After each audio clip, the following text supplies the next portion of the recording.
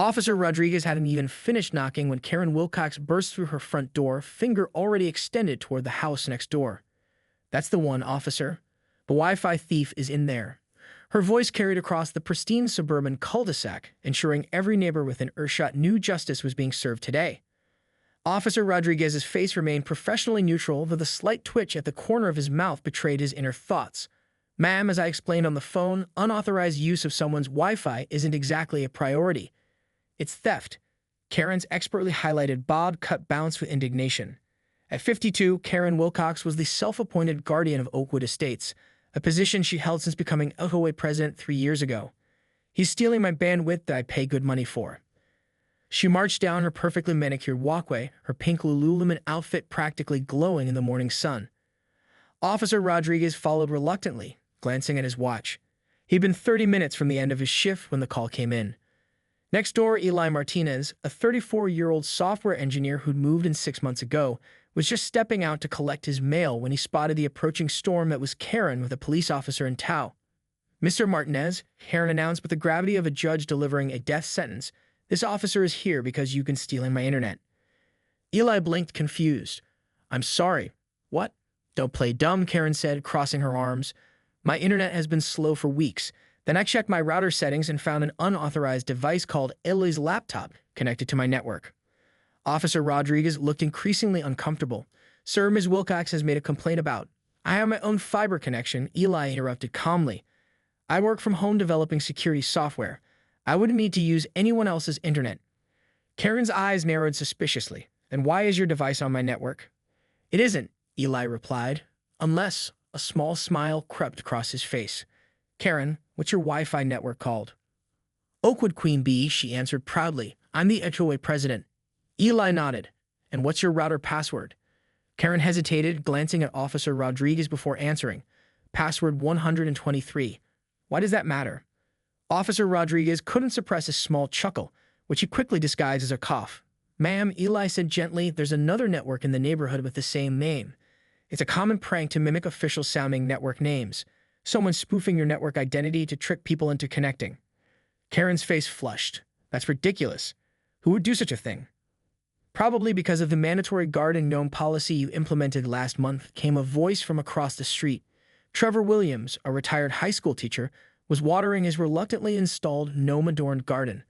Or maybe it was the ban on basketball hoops that did it. Karen's mouth opened and closed several times before she managed to speak. That's still not right. Officer, isn't identity theft illegal?" Officer Rodriguez sighed. "Wi-Fi network names aren't legally protected identities, ma'am." He turned to leave, but Karen grabbed his arm. "Wait, you can't just leave. Someone is clearly targeting me."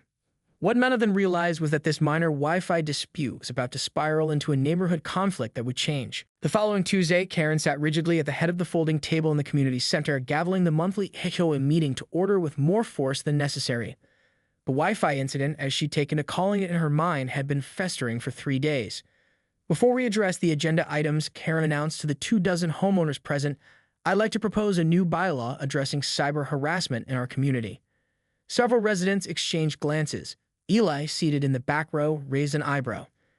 "Someone," Karen continued, emphasizing the word while avoiding eye contact with anyone specific, "has been operating a fraudulent Wi-Fi network mimicking my official HOA president designation. This is clearly an attempt to undermine community leadership." Trevor Williams raised his hand. "Point of order, Karen. Your network name isn't an official HOA designation. You chose that yourself." Karen's smile tightened. "As president, I represent the HOA in all capacities." "Actually," said Esha Johnson, a lawyer who'd moved in last year, "the HOA bylaws specify that no officer may use their position for personal identification without board approval. I don't recall voting on Oakwood Queen Bee as your official title." Murmurs rippled through the room.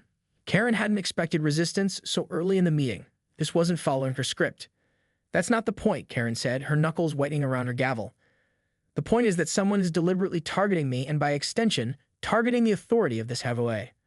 "Maybe," Trevor suggested mildly, "if the garden gnome requirement was reconsidered, the mysterious network might disappear." Several neighbors nodded in agreement.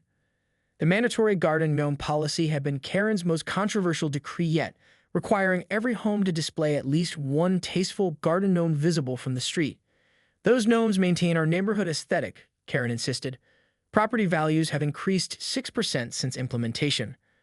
Correlation isn't causation, Eli spoke up. The entire housing market rose 8% in the same period. We're actually underperforming. Karen hadn't realized Eli was a threat until this moment. His calm, fact-based objections were more dangerous than Trevor's open opposition. We're getting off topic, Karen said firmly. I moved to establish a cybersecurity committee to investigate network violations with myself as chair. I moved to table this discussion and return to the planned agenda, countered Aisha. The vote was 17-7 against Karen's proposal. She struggled to maintain composure as she moved on to scheduled business, but inside she was seething. This wasn't just about Wi-Fi anymore, it was about respect and control. After the meeting, Karen retreated to her pristine kitchen, pouring herself a larger-than-usual glass of Chardonnay. Her husband, Paul, glanced up from his newspaper. Rough meeting. They're turning against me, Karen said, staring out the window at Ellie's house. That new guy especially. He thinks he's so smart with his tech job and fancy degree. Paul sighed. Maybe ease up on the regulations. The gnomes are a bit much. Honorable. Karen turned sharply. Not you too. Those gnomes are protecting our property values. What Karen didn't say was what truly bothered her. For the first time in 3 years, she felt powerless. The sensation was foreign and deeply disturbing. As she sipped her wine, a plan began forming in her mind. If she couldn't win through official channels, there were other ways to maintain control. The next morning, residents of Oakwood Estates woke to find violation notices taped to their doors, each one personally signed by Karen Wilcox. This is harassment. Trevor Williams waved the pink violation notice in Karen's face as she power-walked her usual morning route around the neighborhood. My grass is exactly 2.75 inches, not the 2.8 you claimed. Karen didn't break stride, forcing Trevor to jog alongside her. The bylaws clearly state 2.5 inches maximum height. I gave you a generous margin of error. You measured my lawn with a digital caliper at 6 a.m. Trevor's face had turned as pink as the notice. My security camera caught you crawling around my yard with a headlamp. Karen finally stopped, adjusting her designer sunglasses. As HOA president, I have inspection rights. Perhaps if you spent more time maintaining your property and less time questioning authority, you wouldn't be in violation. Similar confrontations played out across Oakwood Estates throughout the day. Karen had distributed 37 violation notices overnight, citing infractions from inconsistent mailbox polish sheen to non-harmonious wind chime tonality. By afternoon, the neighborhood group chat, which Karen had been removed from months ago but still monitored through her reluctant husband's phone, was exploding with outrage. She cited me for emotional weeding, wrote Mrs. Patel, said I wasn't showing proper respect to my garden while removing dandelions. My citation was for garage door opening with excessive enthusiasm, added Bob Franklin. What does that even mean? At precisely 4 p.m., as neighborhood tensions peak, Karen positioned herself on her front porch with an elaborate tea set, strategically visible to returning commuters. The message was clear. She was unbothered by their concerns and firmly in control. Eli Martinez pulled into his driveway and immediately noticed Karen's performative Teton. As he collected his mail, he examined the violation notice she'd left him. Unauthorized technological aura emanating from residents. Instead of confronting her as others had, Eli smiled and waved. Karen's composed facade cracked slightly. She'd been anticipating another satisfying confrontation to reinforce her authority. Later that evening, Karen was documenting the day's violations in her meticulously maintained HOA binder when her doorbell rang. She opened the door to find Aisha Johnson holding a thick folder. Karen, we need to talk, Aisha said professionally. I've reviewed the HOA bylaws thoroughly, and virtually none of today's violations are enforceable. In fact, several of your inspection methods potentially constitute trespassing. Karen's chin lifted defiantly. As president, your position doesn't grant you immunity from the law, Aisha interrupted. The HOA board is calling an emergency meeting tomorrow to address this overreach. After Aisha left, Karen paced her living room, anger building. Paul watched cautiously from the couch. Maybe it's time to dial things back, he suggested. Is all this stress worth it? They don't understand why I sacrificed for this neighborhood, Karen whispered, more to herself than to him. Without my vigilance, this place would fall apart. For the first time, a flicker of doubt crossed Karen's mind. Was she truly protecting Oakwood Estates, or was something else driving her relentless pursuit of control? The thought was quickly suppressed as she formulated her next move. Outside, neighbors gathered in small clusters on driveways and sidewalks, comparing violation notices and discussing tomorrow's emergency meeting. Something was shifting in Oakwood Estates, and Karen could feel her grip on power beginning to slip. The emergency HOA board meeting was scheduled for 7 p.m. in the community center. Karen arrived at 6:30 to prepare her defense, only to find the parking lot already full and a crowd forming outside the meeting room. Inside, every seat was taken.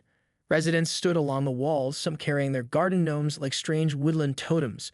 Karen felt a chill as she walked to the front of the room. The usual deferential silence that accompanied her entrance was replaced by a steady buzz of conversation that didn't pause for her arrival. Board member Marcus Chen called the meeting to order before Karen could reach for her gavel. In light of recent events, Marcus began, we're conducting a review of HOA enforcement practices. We've received numerous complaints about excessive and potentially unlawful violation notices. Karen stood abruptly. As president, I should be chairing this meeting. Actually, Aisha explained, the bylaws state that when leadership conduct is under review, a neutral board member must preside. Marcus was selected by random draw. Karen reluctantly took a seat as residents began presenting their complaints. Trevor detailed the pre-dawn lawn measurement incident. Mrs. Patel described being monitored through her kitchen window while cooking non-community compliant ethnic foods. The Franklins presented security footage of Karen measuring the decibel level of their garage door. These so-called violations are absurd, Aisha summarized after a dozen similar testimonies. More concerning is the pattern of selective enforcement and privacy invasion. Karen felt sweat forming on her forehead but maintained her composure. Everything I've done has been for the good of Oakwood Estates. Property values have increased less than comparable neighborhoods without restrictive HOAs, Eli interrupted, projecting a chart on the wall. I've analyzed real estate data from the past 5 years. Communities with fewer restrictions actually outperform us in market value by an average of 3.8%. Murmurs filled the room as residents processed this information.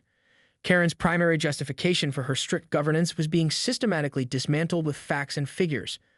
Furthermore, Eli continued, clicking to the next slide, communities with collaborative rather than punitive HOA structures report 76% higher resident satisfaction and 42% lower turnover rates. Karen fought to maintain control. These statistics are misleading. Our community standards have become toxic, finished Trevor standing. This isn't about property values anymore, Karen. It's about creating a neighborhood where people actually want to live. The vote was called. The results were devastating for Karen. 28-3 in favor of suspending all recently issued violations and creating a committee to review HOA enforcement procedures.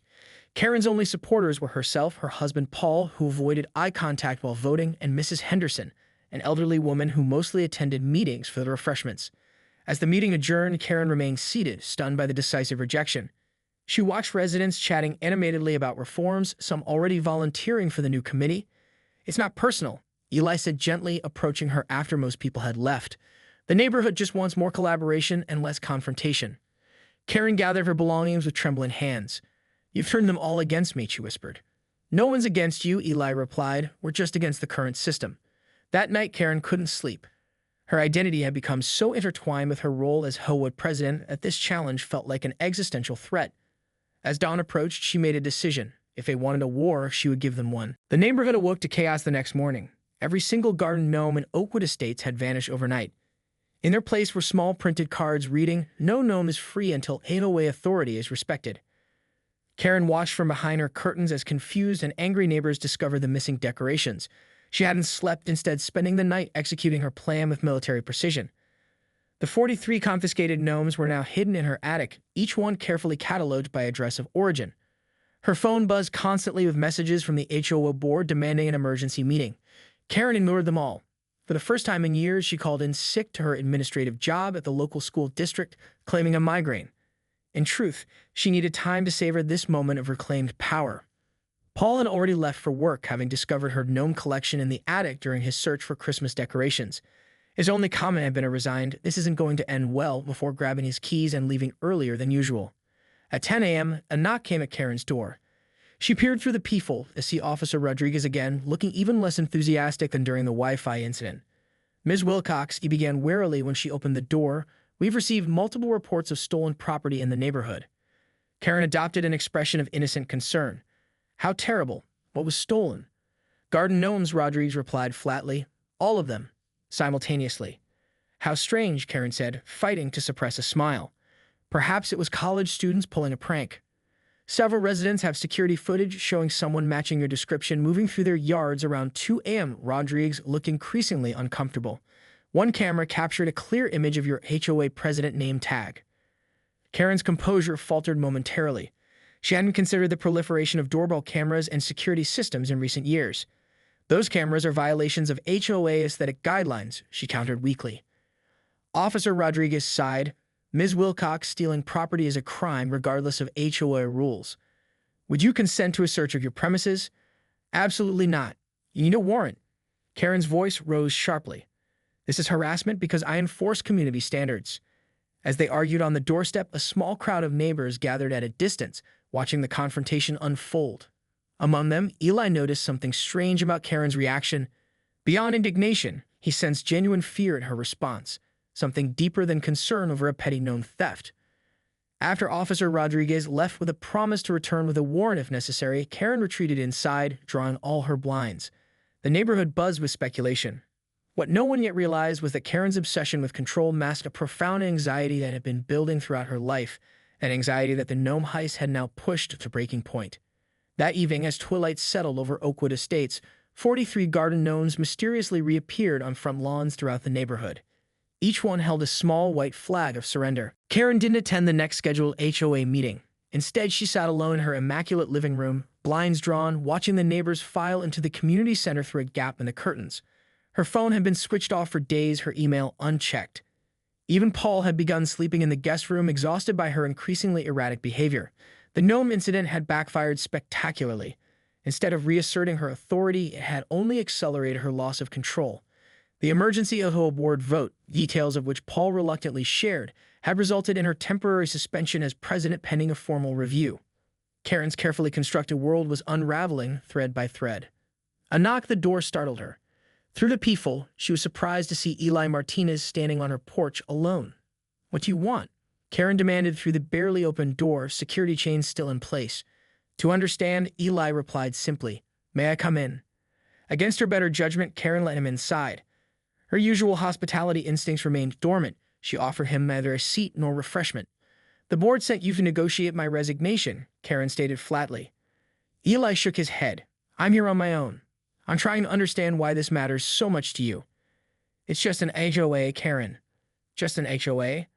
Her voice trembled with emotion. "This neighborhood was falling apart before I took over. Properties were declining, rules were ignored. I brought order." "But at what cost?" Eli asked gently. "You created an atmosphere of fear instead of community." Karen paced the room, unable to remain still. "You don't understand what happens when things fall apart. My childhood neighborhood declined because nobody cared enough to maintain standards. My parents lost everything in the housing crash. Everything." The first time, Eli glimpsed the wounded history driving Karen's behavior. "That must have been devastating," he acknowledged. "We moved 7 times in 5 years," Karen continued, the words suddenly pouring out. "Each place worse than the last. I swore I'd never be that vulnerable again. When I became HOA president, I finally had the power to prevent that kind of decline.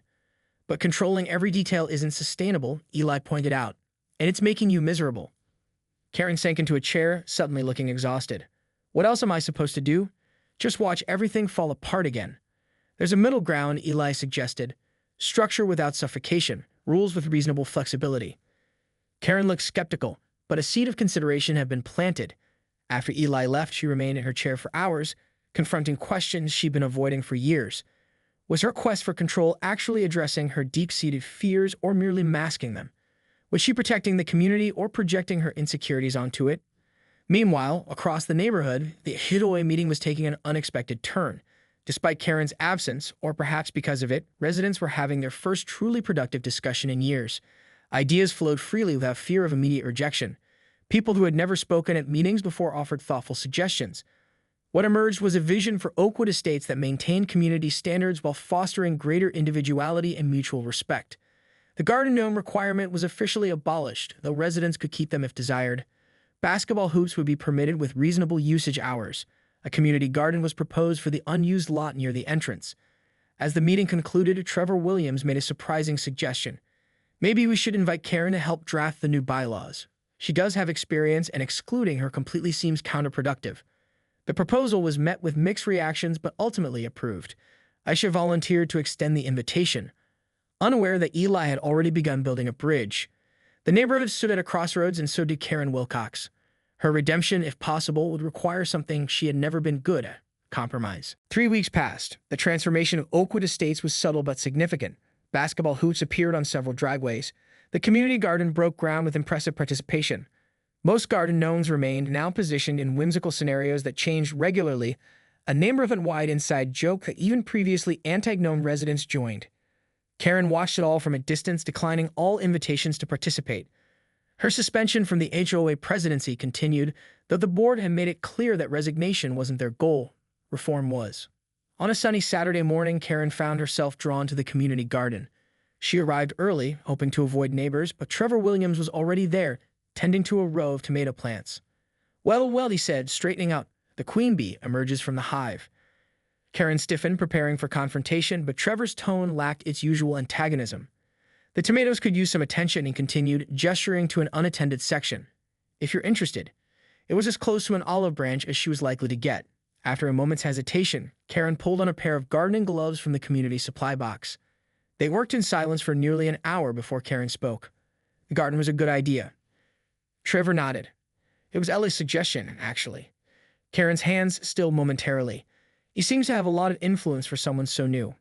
"People respond to those who listen," Trevor replied, "not just those who speak loudest." The wisdom in his words caught Karen off guard. "I always thought leadership was about taking charge, making decisions."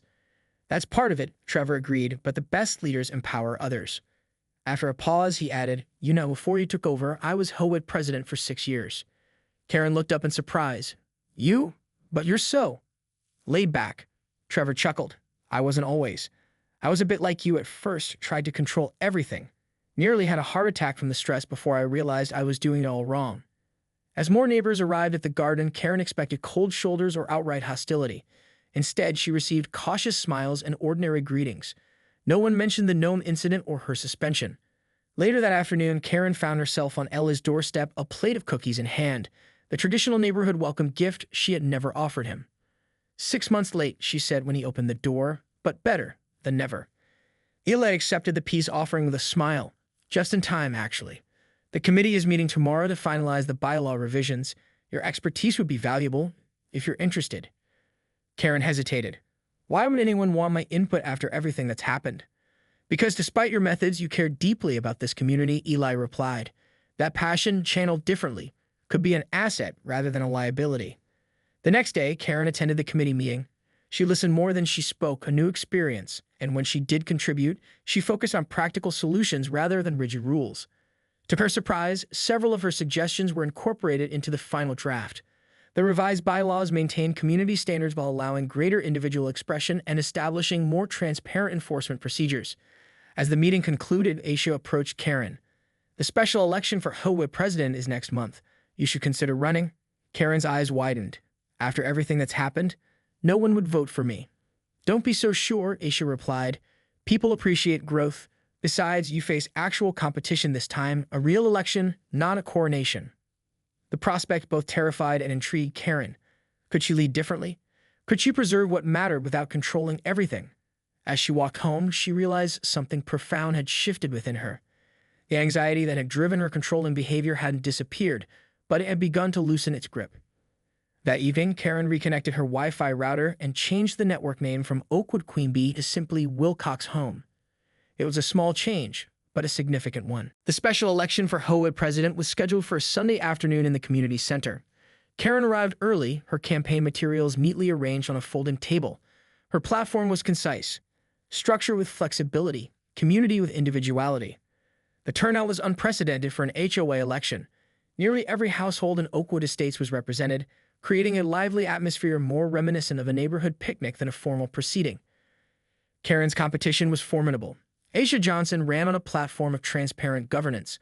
Marcus Chen emphasized technological modernization of HOA communications.